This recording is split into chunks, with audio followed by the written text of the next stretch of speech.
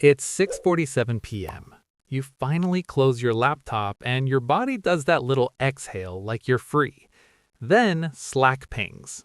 Quick thing, can you handle this before tomorrow? And you already know what you're going to type. Something breezy, something painless. No worries, I've got it. You hit send and your stomach drops a bit. Not because the task is hard, because you didn't choose it. And it's not just work. A friend texts, "Can we reschedule?" Again. Your partner says, "You don't mind if I'm late, right?" A group chat picks a plan you don't want and you type, "I'm down for whatever." You keep things smooth. You keep things easy. You keep the peace. And later, you're smiling, but you're quietly keeping score. If you relate to this, I'm not here to shame you. Being low maintenance usually starts as a smart survival move. It keeps friction low. It keeps you liked. It keeps you out of awkward conversations. In a busy adult life, that can feel like emotional efficiency. Here's my take. Needing less isn't the goal. Being able to have needs without apologizing for them is the goal. Because low maintenance only looks free on the outside. On the inside, you're paying with time, energy, and a slow leak of self-respect. And this is what makes it tricky. People reward it at first. You're so easy to work with. You're so chill. You're so understanding. Cool, until chill becomes your job. This isn't about becoming difficult. It's about becoming accurate. Accurate yes, accurate no. Accurate limits set early without turning it into a whole dramatic thing. By the end of this video, you'll be able to catch the exact moment your mouth is about to say, "Sure, it's fine," on autopilot. And you'll have a few clean, normal-sounding lines to set a boundary without sounding cold or confrontational. Now, before you label yourself a people pleaser or start diagnosing your entire personality, hold that thought. Next, I'll show you what's actually happening under the hood, why being easy works in the moment, and why the bill shows up later. Let's reframe this, because low maintenance gets treated like a personality type, like you're just naturally easygoing. Most of the time, it's not that. It's a role you learned because it worked. At work, low maintenance often gets mistaken for competence. You respond fast. You don't need much. You don't ask for support. You're the person nobody worries about. In relationships, low maintenance gets mistaken for love. You don't make a big deal. You don't ask for reassurance. You're fine with whatever. You're easy to be around. Here's the sneaky part. Every time you say no worries when you're actually stressed, it works in the moment. The request goes away. Nobody's annoyed. You feel relief. So your brain learns, do that again. Then, 2 weeks later, the asks get bigger, the deadlines get tighter, and you're sitting there thinking, why do I feel invisible? Not because people are evil, usually because people follow the easiest option. And if you've been the easiest option, they'll keep choosing it. They're not mind reading you, they're pattern reading you. When you consistently act like you're flexible, people treat you as flexible. When you consistently act like you're available, people treat you as available. That's not a moral judgment. That's just how defaults get built. And this is where people get stuck. They wait until they're already irritated. Then they either over-explain or they come out sharper than they meant to. After that, the guilt hits and they swing right back to, "It's fine." So you end up living between two modes, quiet and resentful, or honest and guilty. Quick reality check before we go further. Before you tell yourself, "I am being used," ask, have I actually made my limits clear? What I can do, by when, and what I can't. And before you decide someone doesn't care, ask, have I trained this relationship with 100 tiny "it's fine" moments, then expected the other person to magically know when it isn't? I'll be blunt. Being low maintenance isn't kindness if you're financing it by abandoning yourself. The good news is, you don't need a new personality. You need a new default. A boundary doesn't have to be a confrontation. Most of the time, it's just a clean update early enough that people can adjust. Next, I'm going to put this into real scenes. Work, friends, dating, family, so you can catch it in the moment, not 3 hours later in the shower. Now let's put this in real life, because low maintenance isn't one big decision. It's a bunch of tiny ones you make to stay easy for other people. Work first. It's late afternoon, you're about to log off, a message drops in with that casual tone that's never actually casual. Quick thing, can you get this done by tomorrow? It's not urgent, it's just convenient for them. If you're ambitious and competent, this hits you right in the pressure point. You don't want to be the bottleneck. You don't want to look complicated. So you say yes fast. A clean line that stays professional and forces reality into the room is, I can help. What do you want me to push back to make room? That's not attitude, that's accuracy. Next, group projects. You're in a meeting where everything is vague. Tasks are floating, everyone's aligned, but nobody owns anything. You feel that itch like, if I don't grab this, it won't happen. So you grab it. You become the closer, the person who quietly carries the whole thing across the finish line. Try this in a normal tone. I'll take X, who's taking Y and Z? Let's lock owners before we wrap. And here's the small boundary action that changes the dynamic. Don't rescue one loose end. Let someone else own the discomfort of owning it. That's how the system updates. Now, adult friendships. You get the text, are you free tonight? You say yes, you keep your evening open because you're flexible, you're easy. Then 2 hours later, actually something came up, rain check? And you reply, all good. If that happens once, fine, life happens. If it's a pattern and you keep responding like nothing happened, you're teaching someone that your time doesn't cost anything. A clean line that doesn't guilt trip is, no worries, are we actually locking a time or is this a maybe? And the boundary action is simple. Stop holding your whole night for a maybe. Offer one specific window. If they can't commit, you keep your plan. Dating. This one is brutal because it looks like confidence from the outside. You act like you're fine with casual when what you want is consistency. You say, I'm chill, when you mean, I'd like to know where this is going. You do it because asking for clarity feels like risking rejection, and being the easy option feels safer than being the clear option. Here's the line. I like spending time with you. I'm looking for something consistent. If you're not, that's totally okay. I just want to know. Boundary action, say it earlier than feels comfortable.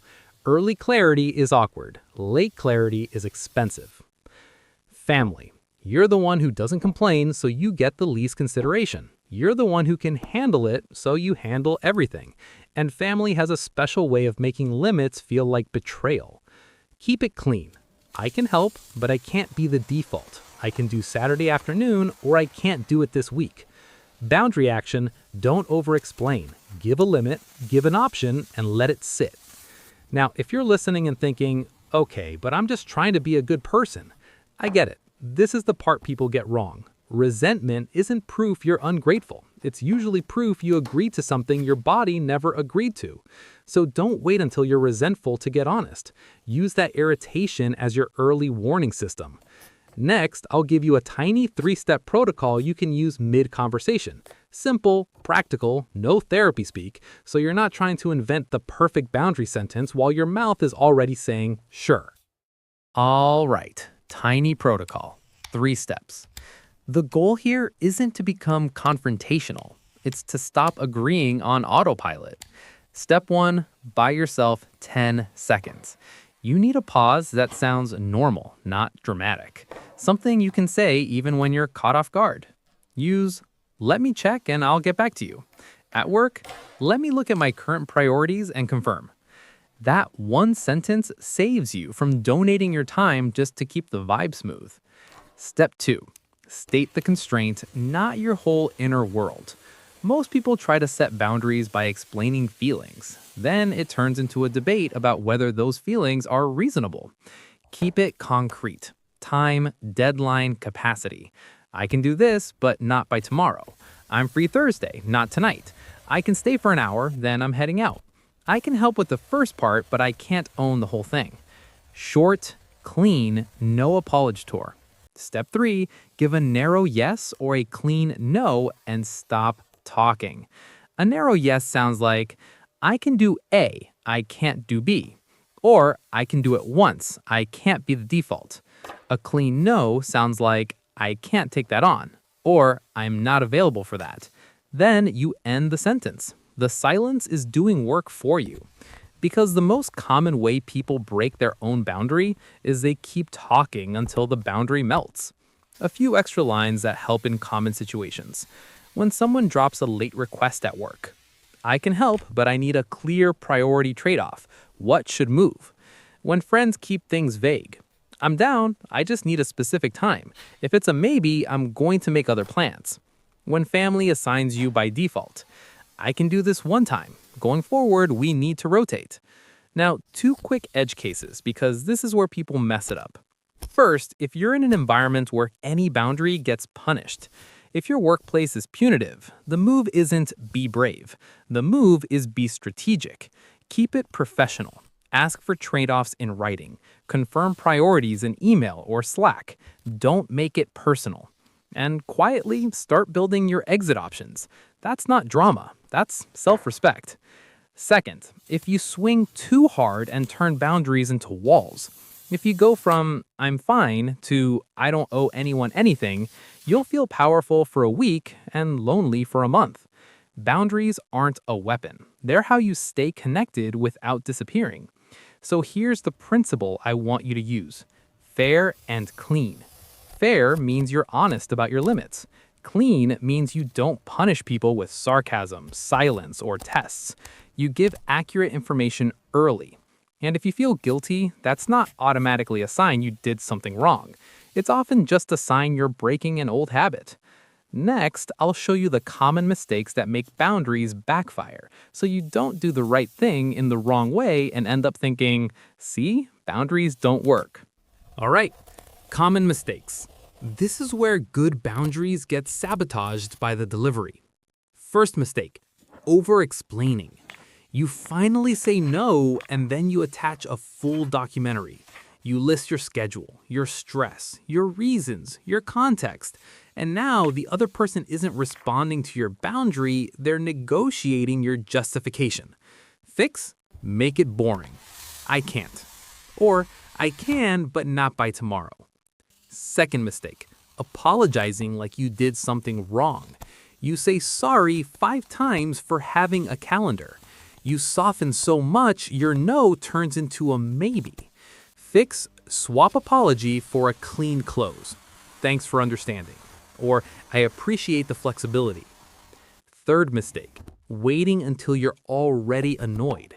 You say yes, yes, yes, then you snap on request number 4. Now your boundary looks like an outburst. Fix, set a small limit early when you still sound calm. Early boundaries are polite. Late boundaries are messy. Fourth mistake, turning it into a confrontation when it could have been an update. Some people think boundaries mean calling someone out, so they come in hot with blame and speeches. Fix, keep it factual. I'm at capacity this week. Or I can do Thursday, not tonight. No villain story required. Fifth mistake, chasing approval after you set the boundary. You say no, then you hover, you overcompensate. You try to make them like you again. Fix, hold your line and let it be slightly awkward. Awkward isn't harm, it's just new. If you remember one thing, a clean boundary is calm, short, and early. Next, I'll wrap this into a quick self-reminder you can actually use, and I'll give you one try this today so you don't leave with motivation and zero behavior change. All right, quick recap. Being low maintenance can look like maturity, but a lot of the time it's just you making yourself easy, so nobody has to adjust. And if you keep acting like you don't need anything, people stop checking in. Eventually, you stop checking in with you. The fix isn't a personality makeover. It's a new default in small moments. Pause before you answer. State the constraint. Give a narrow yes or a clean no, then stop talking. And when guilt shows up, don't treat it like a verdict. Treat it like a sign you're changing an old habit. Try this today. The next time someone asks you for something, don't answer in the moment. Say, let me check and I'll get back to you. Then come back with one clean sentence. What you can do, by when. Or that you can't. That's it. Because self-respect doesn't look like domination. It looks like clear communication early without the apology tour. Here's my final take. If you're proud of being low maintenance, make sure you're not just proud of how little space you take up.